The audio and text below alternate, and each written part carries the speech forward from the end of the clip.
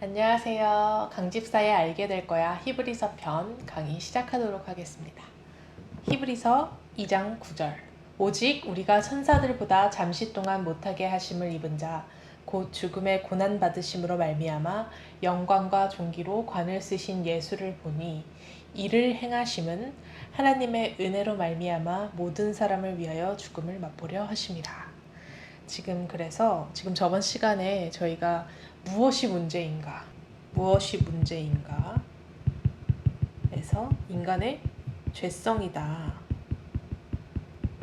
이러한 점을 살펴봤는데요. 그래서 예수 그리스도가 하신 일이 무엇이냐를 사실 앞에 이제 7절에서 이미 봤던 점을 다시 한번 반복하고 있는데요. 오직 우리가 천사들보다 잠시 동안 못하게 하심을 입은 자, 잠시 동안 천사들보다 못하게 하심을 입은 자, 우리가 이제 7절에서 이거는 예수의 죽음을 의미한다라고 했는데, 그 뒤에 보면 곧 죽음의 고난을 받으심으로 말미암아 라고 해서 죽음의 고난을 받으심을 의미하고요. 그렇죠? 그리고 그것으로 말미암아서 영광과 존귀의 관을 쓰신 예수라고 해서 이것은 또 부활을 의미합니다. 그래서 그러한 예수를 보니까지가 이제 7절에서 저희가 살펴본 것을 다시 한번 강조해주는 그런 구절입니다. 근데 이걸 행하심은 어떤 이유에서인가? 라고 했을 때 그것은 하나님의 은혜로 말미암아 모든 사람을 위하여 죽음을 맛보려 하심이라 라고 하고 있습니다. 그래서 저번 시간에 저희가 무엇이 문제인가? 라고 했을 때 창세기 1장 26절에서 우리 인류에게 부여했던 통치권이 아담의 원죄로 말미암아 상실되었고, 그래서 하나님과 소통이 단절된 그 문제, 원죄, 그 인간의 그런 죄성이 이 인류의 문제이다라고 했을 때, 그러면 그것을 해결하려는 것을 어떻게 해결할 수 있을까라는 그런 자연스러운 물음을 갖게 됩니다.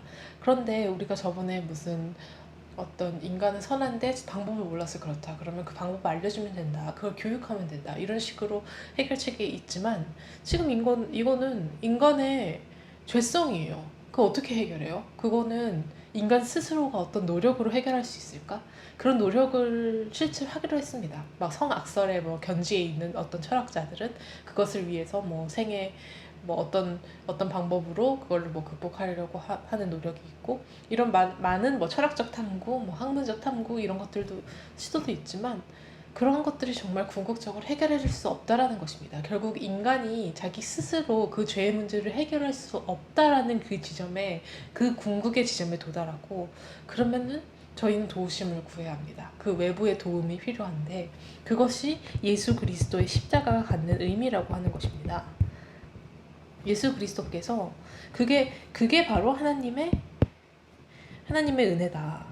하나님의 은혜로 말미암아서 모든 사람을 위하여, 죄에 빠진 모든 사람을 위해서 그 죽음을 맛보신 그 예수 그리스도.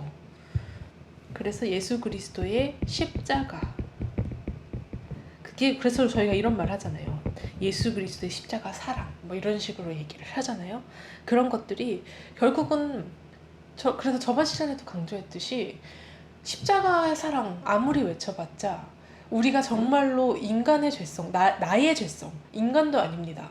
그냥 다른 사람들, 그냥 타인들, 그냥 돌아다니는 저 사람들의 죄성이 아니고 나입니다. 나의 죄가 이 인류 모든 것의 문제의 그것이다 라는 것을 저희가 인지를 했을 때, 나의 죄성을 인정하고 그걸 인지를 했을 때, 이 십자가의 그 보혈의 그 해결책이 저희에게는 정말로 정말로 감사하고 정말로 정말로 뜨거워지는 그러한 해결책이 될 수 있습니다. 그래서 지금 9절 이 후반절에 이를 행하시면 하나님의 은혜로 말미암아서 모든 사람을 위해 죽음을 맛보신 것이다 라고 하는 이것이 결국 십자가 사랑을 나타내는데, 이게 아주 정말 저희에게는 반드시 절실하고 필요한 이 해결책이라는 점, 그것을 이 히브리서 저자는 설명해 주고 있습니다. 그래서 지금 사실 예수님이 우리 이런 말 많이 듣잖아요. 예수님은 죄가 없으신 분이다. 그런데도 우리의 죄로 인해서 자기의 목숨을 내주셨다.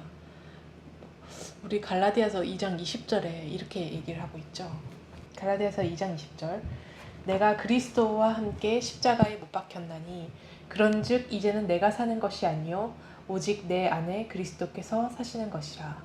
이제 내가 육체 가운데 사는 것은 나를 사랑하사 나를 위하여 자기 자신을 버리신 하나님의 아들을 믿는 믿음 안에서 사는 것이라. 교회를 다니시는 분들이면 한 번쯤은 들어봤을 그런 구절입니다.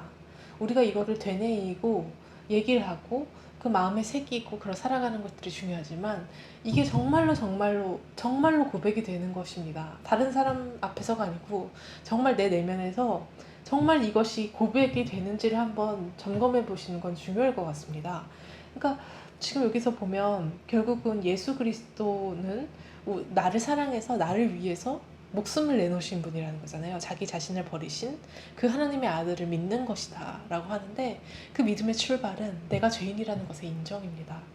그것이 인류 모든 문제에서 그 문제가 해결되지 않는 이유는 인간의 죄성 때문이라는 것입니다. 그리고 그 인간에는 나도 포함되잖아요.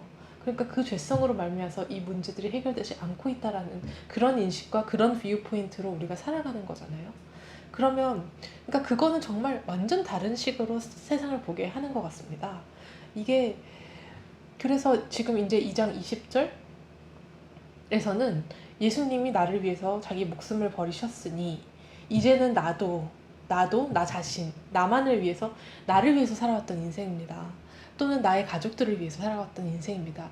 나의 가족도 나입니다. 나라는 그 큰 나를 위해서 누군가에게 선행을 한다면 그 역시 내가 좋게 보이고 어떤 옳게 보이는 그런 그 뿌듯함이 있잖아요. 그 보람이라고 하고, 우리가 어떤 직업을 통해서 자아 실현을 한다고 하는데 사실은 그러니까 이 말이 어떻게 들릴지 모르겠어요. 굉장히 뭐야 저렇게까지 이렇게 들으실지는 모르겠는데, 보람을 느낀다는 말로 한번 잘 생각해봐요.